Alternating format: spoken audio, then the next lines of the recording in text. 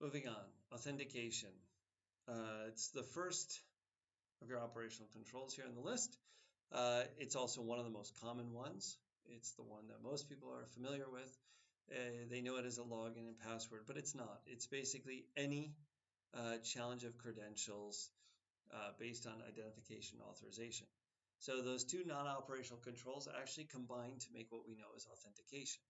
And as I told you before, is that since identification tends to be mostly broken, uh, it really messes up. It's why we can't make it a really good authentication system that's foolproof.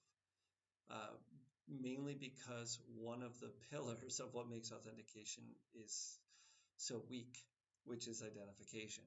Uh, so you can actually make authentication to be a blacklist or a whitelist in a filtering system. If you have those escape character filters in SQL, also considered authentication. Anything where you challenge credentials, and credentials could be a way of behaving. A firewall provides authentication. Uh, so anything that challenges something, and if it meets the identity and it's authorized, it allows it through. Otherwise, it doesn't. Okay, a key and a lock, also authentication. Um, so keep that in mind. It doesn't have to be a login and password. It doesn't have to be a certificate. It's literally anything that challenges credentials. Okay, indemnification. Basically, this is, man, I read this now, the definition. No wonder people say the Austin reads like stereo instructions. I can't believe I wrote this. Um, okay, I read it now, and the whole point of this, and it's fancy speak, as it's called, the control through a contract, blah, blah. Basically, are you in a position to act on somebody who breaks your control? So if somebody breaks authentication, if you have the indemnification control, you're ready to act on it. You're going to ban them.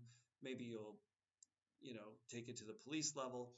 But whether it's automated, whether it's electronic, whether it's human-based, meaning a person intervenes, indemnification as a control means you have things in place to challenge the attack or the attacker. Okay. Uh, Now, in some cases, it could be something as simple as an actual law that exists that says that criminals trespassing on computer systems will be prosecuted. That law itself is a type of indemnification. Unfortunately, indemnification is worthless if you can't identify the person and you can't react to it and you can't catch them, which means you do need indemnification. The control is more than just the law. It's the law and the ability to follow up on it. So in this case, something you might be familiar with as indemnification is somebody who's trying to log in, 10 unsuccessful login attempts, and they get blocked for 10 minutes. Uh, those kinds of things are indemnification controls. Basically, they look at something that's wrong and they react to it and they log it. Um, and those are all part of the process. And then, of course, the next step would be, do you ban the person, or does somebody walk down and talk to the person who had all the bad login attempts? Do you look at the cameras of the office? I don't know, whatever you have for additional security measures. But that's how indemnification works. You have to have a legit way of intercepting or dealing with an attack in a consequent way. Subjugation. Subjugation is an interesting control, and it's not used very much, although it should be. It basically says subjugation means you don't have a choice over your security.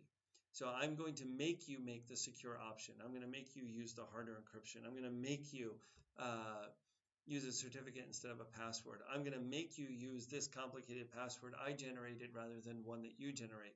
Those are all subjugation controls. I make you use the better security. I don't give you a choice on opting out. And that, as a subjugation control, is extremely powerful.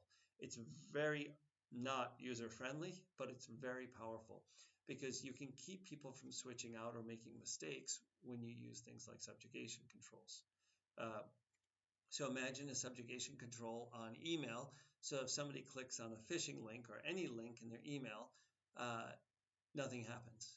or it goes to a text-based web browser that doesn't have JavaScript or any fancy features in order for an exploit to work. JavaScript doesn't work, Flash doesn't work, all of those things. Those are things, that's a subjugation control. Whenever I use this email and I click on a link in it or I try to open an attachment, the default is this text-based system that doesn't allow any scripts, for example. That's subjugation, and that would save you a lot of headaches. Of course, it would frustrate a lot of users, but it would save you a lot of headaches. Continuity. Continuity is making sure that interactivity doesn't stop. Okay, continuity is the anti-denial of service, basically.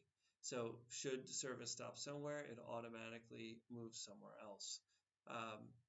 Continuity is just making sure that operations continue.